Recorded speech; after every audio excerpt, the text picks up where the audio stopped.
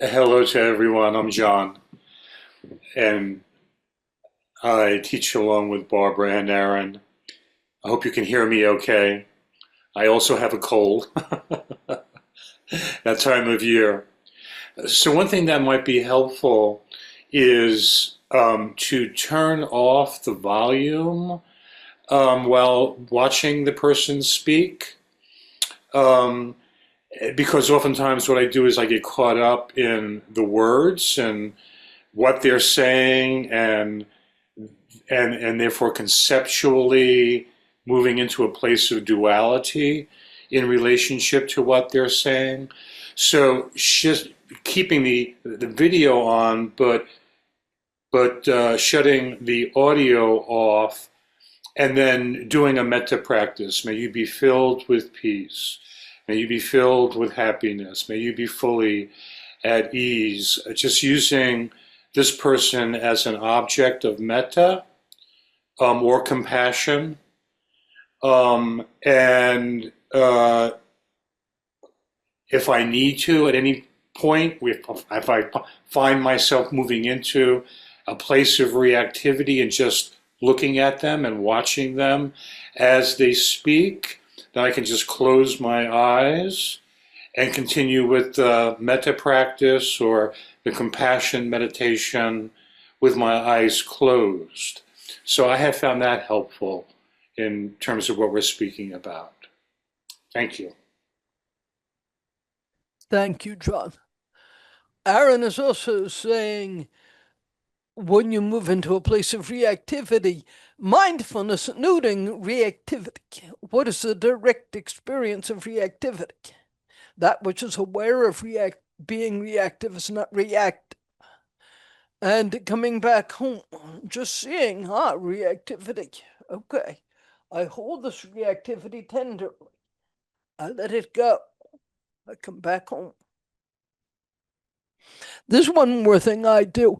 Sometimes, if the person with whom a lot of anger is arising, I picture that person as maybe a 15-month-old baby getting slapped around a little, crying, being ignored, or in some way suffering. And I find that I can see that person's as just the crying of the baby, just holding. And that does not mean I agree with what they're saying, any more than I would agree with what the 2-year-old having a tantrum is saying. But I don't hate the 2-year-old. So I'm not adding more negativity to it. I have two things to say. Sometimes when I notice that I'm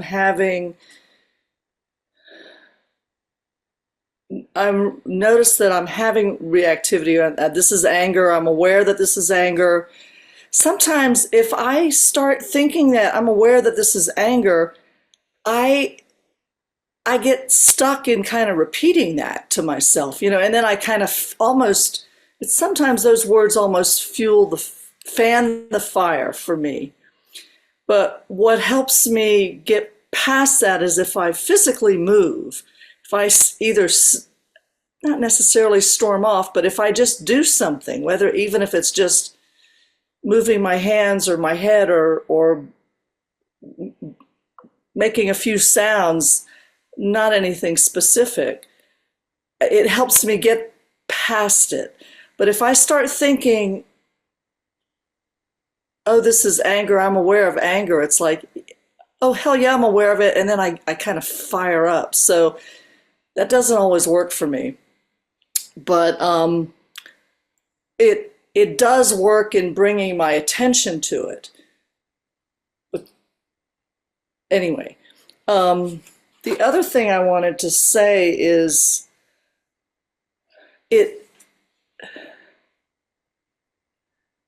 when you're confronted with a negative energy, it sounds like it just being clear and objective, in a really neutral way is another way of saying to move into love. I mean, I don't know if that maybe is too neutral or not full of compassion, but there's a neutrality about not being, about moving away and not being attached and fighting back. I've recently had my brother sends me messages poking at me, trying to get a reaction frequently, and I find if I can, it's almost like I make him a third person or something, or I have to be objective, and that gives me a calm. Yeah, trying to fix the anger is just more anger. And one can ask oneself at that point, can I find a place within me that's more spacious? And really bring your attention to something that's loving.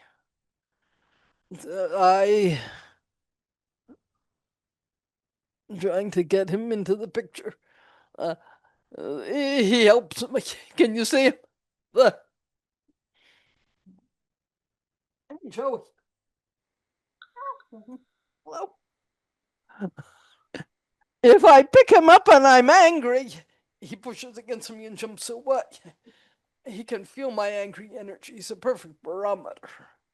If he snuggles or if he doesn't push away immediately and I soften around him and he reminds me, relax, love, holding love. So our pets can do that for us.